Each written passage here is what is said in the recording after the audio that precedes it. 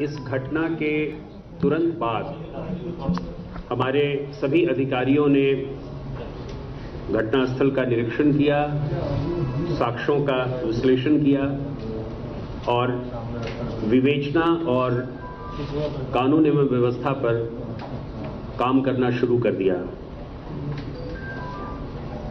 कल हमें कुछ महत्वपूर्ण सुराग मिले थे और उन सुराग के आधार पर जब हम लोगों ने कार्य करना शुरू किया तो हमें पूरी आशा थी, पूरा विश्वास था कि हम इस कांड को 24 घंटे के अंदर इसका पर्दाफाश करेंगे, इसका अनावरण करेंगे।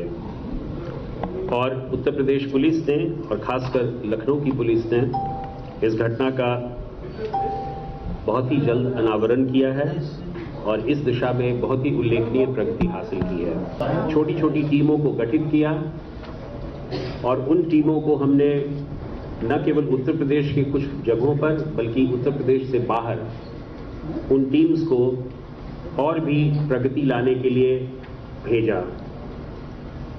शुरू से ही हमें ये आशंका थी कि इसके तार कहीं से गुजरात से जुड़े हुए हैं और हमारी टीम गुजरात भी पहुंची और जब हमने घटनास्थल का बहुत ही बारीकी से अध्ययन किया और जब उनका विश्लेषण किया तो ये पाया कि मौके पर एक मिठाई का डब्बा और उसी के आधार का कुछ तकनीकी साक्ष्यों के पर हमने कुछ महत्वपूर्ण सुराग पाए और उस डब्बे से जो भी हमें क्लूज मिले हम लोगों ने तत्काल गुजरात पुलिस से, मैंने स्वयं गुजरात के डीजीपी से बात किया, हमारे एडीजी लॉ एंड ऑर्डर, हमारे एडीजी लखनऊ जोन, इन सबों ने तत्काल अपने अपने काउंटर पार्ट्स को गुजरात में संपर्क किया और जो भी महत्वपूर्ण सूचनाएं हैं उसको हम लोग हासिल करना शुरू कर दिया। स्थानीय पुलिस एसएसपी लखनऊ ने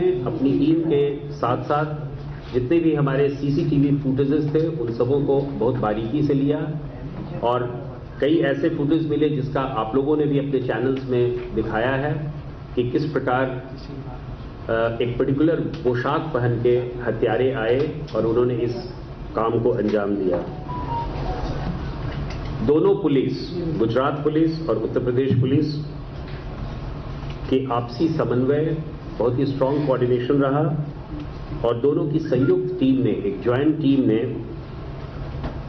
हम लोगों ने 3 व्यक्तियों को, 3 अपराधियों को हिरासत में लिया है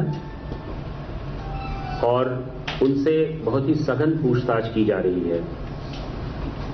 जो 3 संदिग्ध व्यक्ति हैं जिनको हम लोगों ने हिरासत में लिया है और गुजरात में अभी वो पूछताछ के केंद्र बिंदु बने हुए हैं, उनमें एक मौलाना मोहसिन शेख सलीम हैं जो सूरत के रहने वाले हैं। वो 24 वर्ष का आदमी है।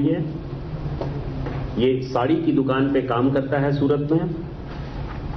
एक दूसरा व्यक्ति जिसको हमने पुलिस हिरासत में लिया है उसका नाम फैजान है।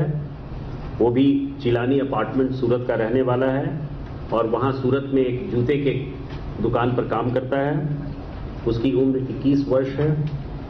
और तीसरा जिसको हमने पुलिस हिरासत में लिया है वो रशीद अहमद, खुर्शीद अहमद पठान है।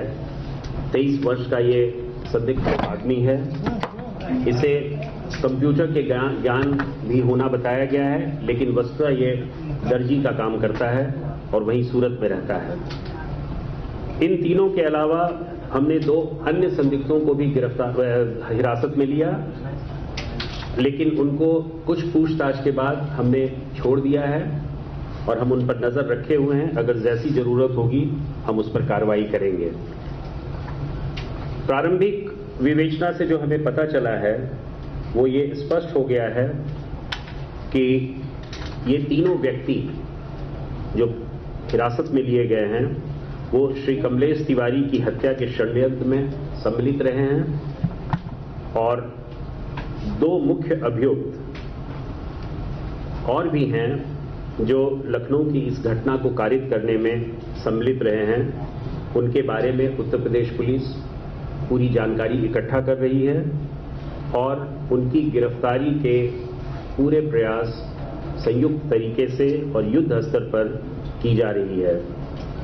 हिरासत में जो 3 संदिग्ध लिए गए हैं उनकी पूछताछ से, अभी तक के प्रारंभिक पूछताछ से, उनके क्रिमिनल हिस्ट्री का अभी पता नहीं चला है, लेकिन अभी ये इनिशियल इंटरोगेशन है, अभी इन्वेस्टिगेशंस प्रचलित है। हमारी टीम वहां मौजूद है।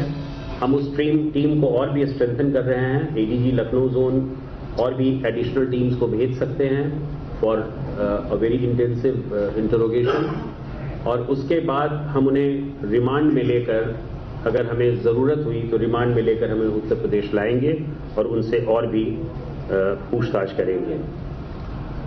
एक चीज़ मैं यहाँ बता दूं कि जो एफआईआर दर्ज हुआ है, उस एफआईआर दर्ज में षड्यंत्रकारी के रूप में 2 व्यक्तियों को नामजद किया गया है। उनके नाम हैं मौलाना अनवारुल हक और मुफ्ती नईम काजमी।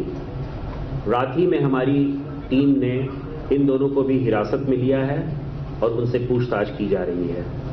हम इन दोनों जगहों को, गुजरात, बिजनौर, लखनऊ और अन्य जो भी जगह प्रकाश में आएंगे, उन सबों का एक व्यापक विश्लेषण करने जा रहे हैं और क्रॉस क्वेश्चनिंग के आधार पर हम ये देखेंगे कि हमारी विवेचना में ठोस और क्या क्या एविडेंस मिलते हैं, जिसके आधार पर हम इस हत्या को पूरी तरह अनावरित कर सकें। जो अभी प्रारंभिक जो हमें जानकारी मिली है पूछताछ से, उसमें ये मिली है कि रशीद पठान, जो कंप्यूटर का जानकार है और साथ ही साथ टेलर का काम करता है, उसी ने ये इनिशियल प्लान बनाया था